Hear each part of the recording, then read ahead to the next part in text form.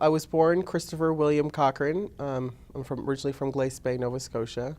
Born and raised until I was 18, until I ran away from there, believe me. It's not a place you want to grow up.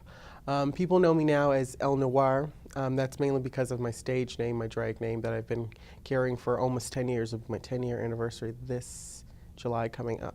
People think that because I'm a drag queen and I'm a transgender woman, they don't really see the difference between. They think that I just put on some more makeup and that's who I am, but it's so much more, believe me. Back in 2003 is when I joined the Navy. I left Cape Breton.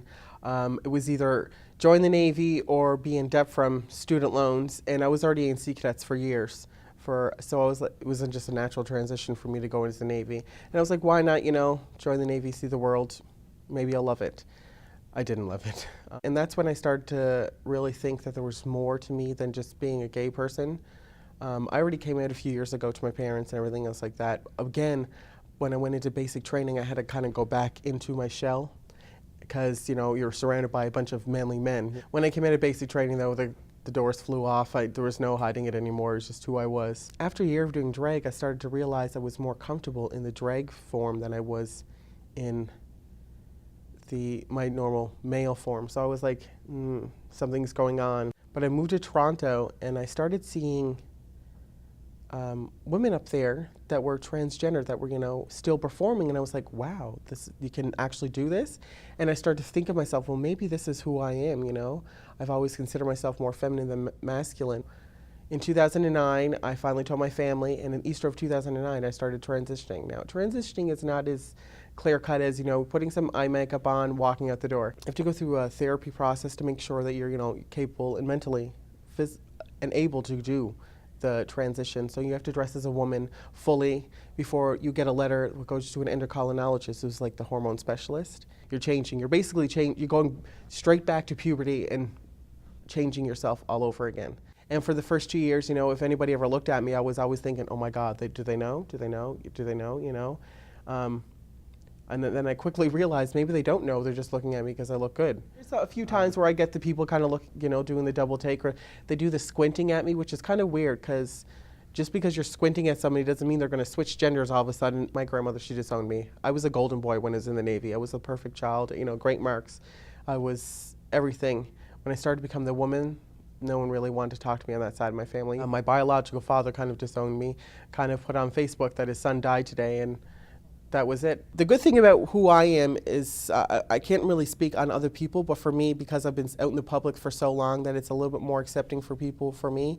So I've kind of like been a voice of, okay, maybe there is transgender people that can be drag queens, It wasn't too far in the distance where homosexuality was considered a psychological problem where they sent people to institutions to deal with it, You went to camp to straighten you up and stuff, and and if it was so easy for us to just to be straight, as you say, who wants to put themselves through that much ridicule and that much pain and suffering, right? People want to put everything in a box and say, just so they're comfortable with it, you're gay, you're straight, you're bisexual. It has nothing to do with your sexuality, who you're attracted to. Who you're attracted to before you start transitioning is who you're going to be attracted to after you're finished transitioning.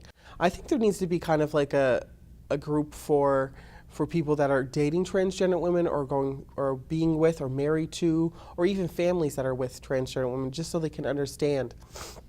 They started doing like talks in schools and stuff like that, and I think they should have talks with more, like before the school year starts, have a talk with the teachers, with the principals, with educators, just so they can, identify the differences and stuff like that, because transgender women and men or boys and girls are coming out a lot sooner.